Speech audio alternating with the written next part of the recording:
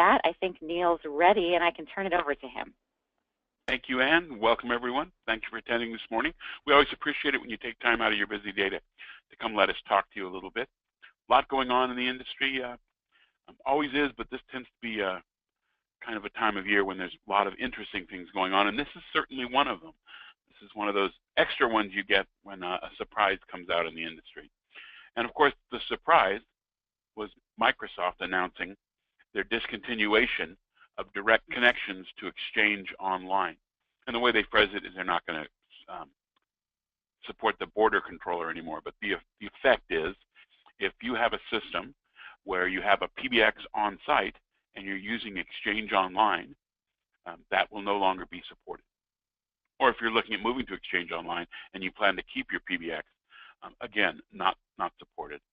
And they gave 11 months notice, which for an enterprise major change like this was a bit of a surprise. People are scrambling a bit, and so we're trying to do some of these webinars just to make sure everyone gets the type of information they need. And their handout did kind of give some guidance in terms of the options that customers have.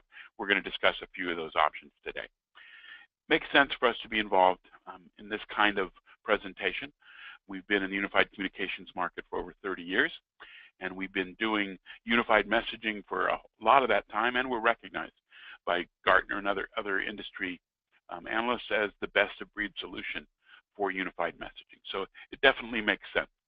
We play in the enterprise market. We understand the complications, the environments, and our product is actually known for its interoperability, its ability to work in pretty much any environment, and you'll see a little bit of that today.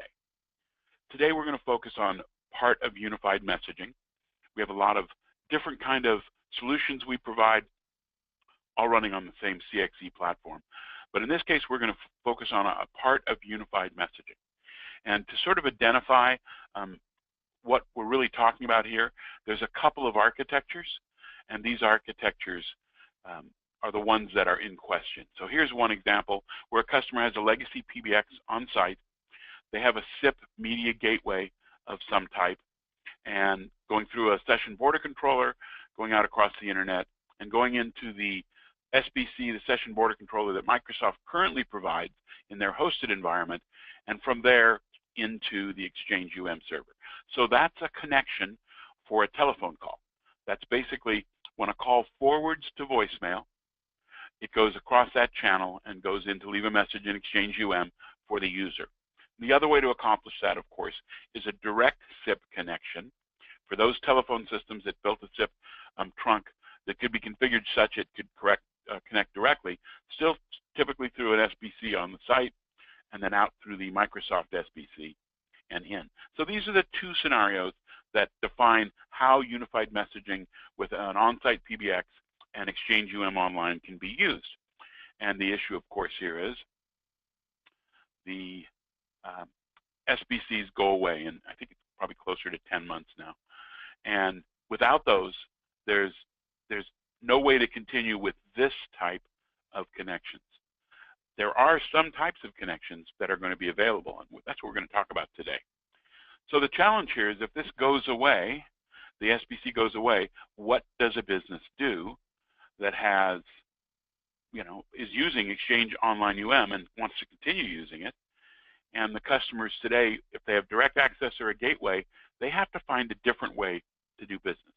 Now, Microsoft is basically provided a list of what they feel the options are, if they give 4 options out. The first 2 are their preferred options, I'm sure, and that basically says get rid of the third-party PBX and move to their cloud PBX. And then the second option is get rid of the third-party PBX and move to the Skype for Business enterprise voice on-premise. And of course, they would love you to do both of those. Very few people, I think, are going to consider option 1 because the cloud PBX is very new and it has some limitations and features. And considering option 2, that's a lot to do. To employ Skype for Business, even if you already have the licenses, it's a lot of work. So some companies may go that way, but it's a pretty big decision to take. Option 3 says if you already have a mixed deployment, so you have some third-party PBXs on site, but you also already have Skype for Business with enterprise voice, or you're willing to deploy it just down in your enterprise along with your PBX, then you can continue to use Exchange Online by running your PBX connections through your Skype for Business server and up to Exchange Online. And that's another fairly complicated thing to do. And then, of course, the last option Microsoft talks about is the one we're most interested in, which is to go ahead and replace Exchange Online with another solution, which would be our solution. However, you can replace Exchange Online but still have your messages in Exchange. And that's what we're going to look at, what we do today. We've been storing messages in Exchange as part of our unified messaging for, I don't know, maybe 15 years or so, and we're extremely good at it. We have lots and lots of references, and that is one of the things you want to look at. As a customer evaluating these choices, a lot of these choices are very new and very untried, but ours is certainly not. We've done this for a long, long time. In the world of unified messaging, we can deliver unified messaging to multiple email systems in the cloud or on the premise. We can vary by user how we deliver the messages, and basically we have the most flexible storage options on our product to meet whatever your requirements are for security, compliance, confidentiality, and that. And we'll not look so much at the functionality of our unified messaging in this webinar. We try and keep these a little shorter than what it would take to do all of that. We definitely have unified messaging webinars on the schedule, and you can find out about those. But today what we really want to talk about is for those customers that have Exchange Online, what can they do? And we're going to change the way we connect, but not the functionality very much. So we're going to take that third-party PBX and support it on-site with an AVST CXE system, and that system will be connected to Exchange via a gateway that doesn't need the SBC. And the reason is we're not moving the call, we're only moving the messages. All of the call traffic takes place on the enterprise site, which greatly lowers the bandwidth requirements as well. So the way this would work is a call would come in, and CXE, let's say it either went in straight into our automated attendant, or it rang a DID on a user's phone, then forward to voicemail. CXE would answer that call. It would be the voicemail. It would interface with the caller, take the message. When the call was done, CXE would use some Microsoft APIs and tools to move just that message up into the user's inbox. Very similar to what Exchange Online did. The user's messages are now stored in the inbox. And we've even made it so that the forms that the user was using when they had Exchange Online can continue to be used for the graphic piece of handling the message. So the way a message looked before, the basic message would look now. And that means the transition would be not seamless, but very, very easy to do. By using EWS and the Graph API, we're actually able to interface with that Exchange Online server well within what Microsoft wants to see. And now you have a solution where you basically can continue to use the messaging piece in Exchange pretty much the way you used it before. Now, from the telephone access side, it will change a little. In other words, before when you called in and you had Outlook voice access, now you would call in and you would have the CX interface. And we have a choice of interfaces, some of which are pretty close to what a user would have had before. We also have the speech interface that they offered before, etc. So this is a pretty good option, we believe, because minimum impact to the business. You don't have to retrain the user with the forms, reduction of bandwidth, and overall, again, we won't talk much about this, but the ability to implement a lot of new solutions that the CXE offers that goes way beyond what Exchange offered. So if you look at this, this is option 3. So option 3 says, take your PBX, hook it to a third-party gateway, and there's a couple of them out there that have already saying that they can do this. TE Systems, AnyNode, and AudioCodes is just coming out with XUM at Ignite this week or next week, and hook it to an on-site Skype for Business server. So that has to be deployed on-site. If you didn't have it already, you would have to actually do a full Skype deployment and put that in your enterprise. And then the Skype for Business server can connect through to the Office 365 piece, and you can continue to use the Exchange Online piece. You are still moving the calls across the network, so you still have the bandwidth issues. You now require Skype for Business licensing for all your users, and so that would be an E5 or an enterprise voice license, depending on where you are in the licensing scheme. And you have, if you don't have this already, this is a fairly major thing to roll out in your enterprise. So while that is one way to do it with option 3, and we could, by the way, be the gateway in option 3 as well, the difference is we can do option 4 and not need the gateway. So you don't have to deploy Skype. Whereas this moves to telephone calls, remember, our deployment, much simpler, much easier to deploy, much less expensive to maintain down the road. You don't need Skype licenses, you don't need extra servers, none of that, and that only moves the messages. We actually even have a cache enabled.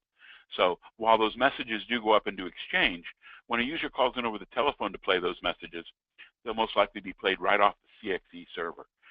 Once again, eliminating or at least greatly reducing the bandwidth requirements of this kind of connection. So if you already have Exchange Online, you already have the bandwidth needed for the phone calls out there, but you probably do notice issues with that.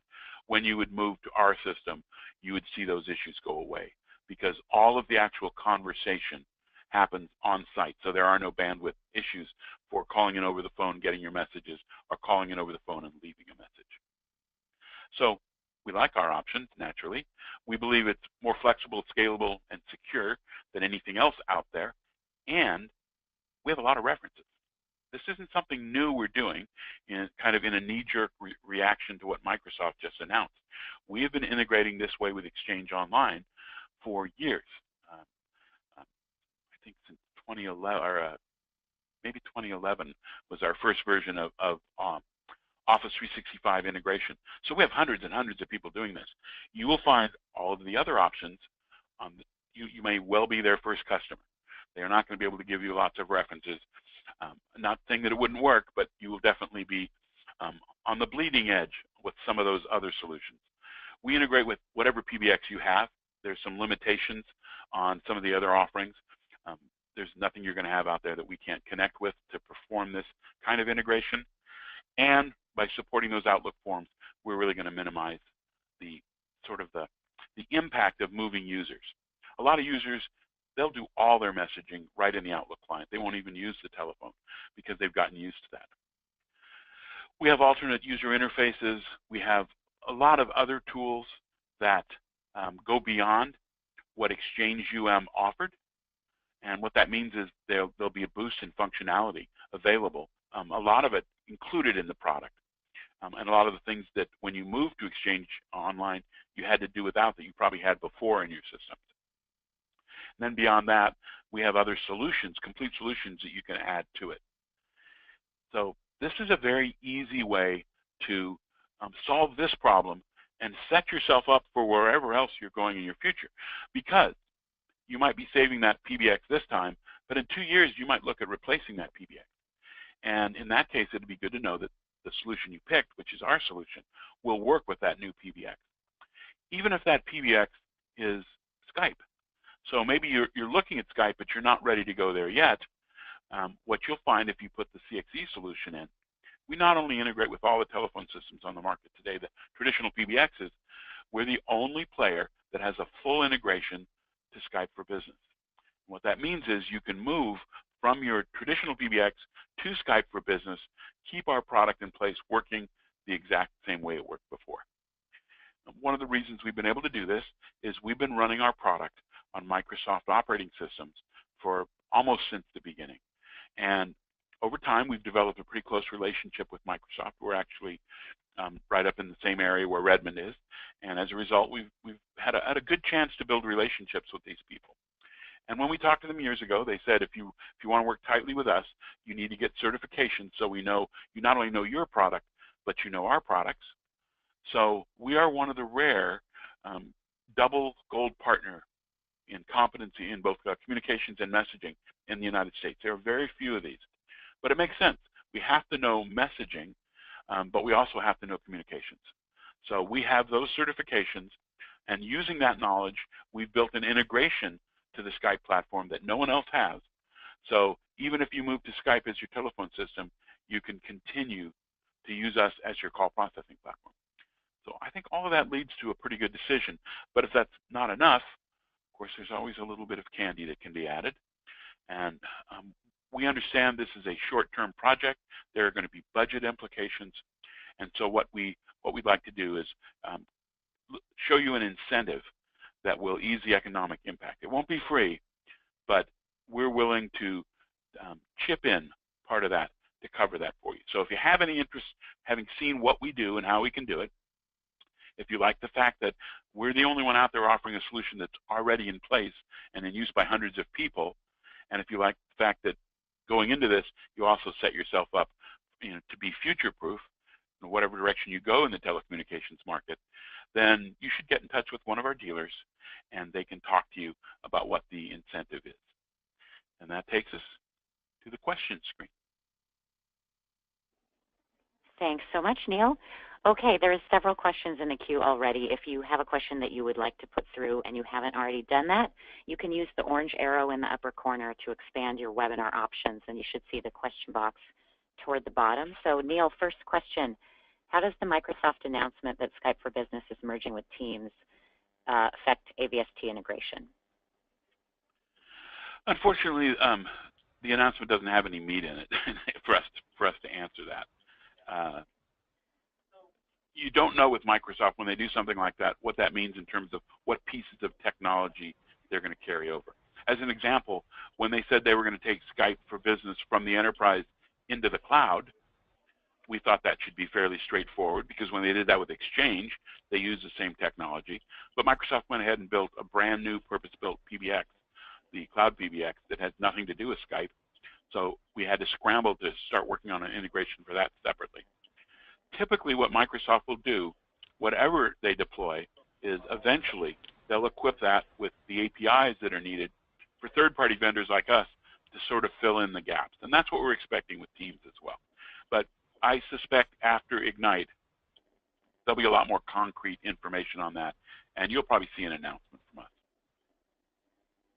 Okay, next question. If we use your product, can we still have Exchange Online features?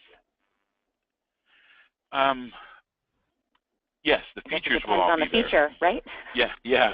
Well, we're pretty good features, but it'll be slightly different. For example, the play over the phone might not work from the client, but you can still call in and get messages. The notification will be slightly different. We actually have a more powerful notification engine, so we do things like dial-up notification as well. I don't think, and particularly in the area of automated attendance, you'll find we have many, many more features. So if you want to engage one of our vendors in a dialogue, they can actually show you competitively how we would rank ourselves against Exchange Online, or just against Exchange in general. Okay, next, is the product compatible with Mitel PBX? Yes. Oh, yeah, most definitely. I think this question may have come through before you had the different PBX vendors slide up. Yeah. Mitel actually is one of our large OEM partners. So there are products you buy from them that don't say CX that are actually our product. We've been an OEM partner with them for years. Okay, thanks, Neil. Next question, do we have a cloud service? Yes, we do. We are hosting our own cloud opportunity. Again, our vendors can show you how that works. It's the same exact product with the same exact features. And this shouldn't be any different in terms of working with the cloud. If you wanted to host CX and have that piece be hosted, connected to your enterprise PBX and connected to the hosted Exchange, that will all work fine. Okay, thanks, Neil. All right, so that may wrap up the question unless someone is still typing. I'll jump back in if we have one more pop through. But just in closing, want to remind you again, you can download these slides quickly before we conclude from the handouts area.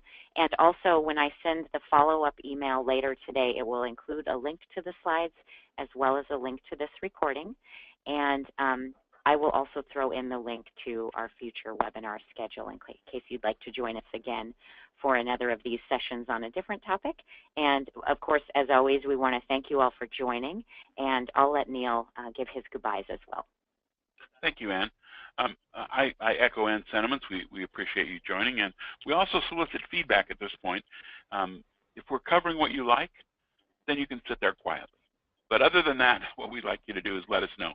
Wrong information, not deep enough, too long, different things you want covered. The more information you give us about these, the more able we will be to tailor them to actually match what you want to hear. Because that's our job, is to tell you the kind of information you want to hear. To learn more about AVST, please visit www.avst.com.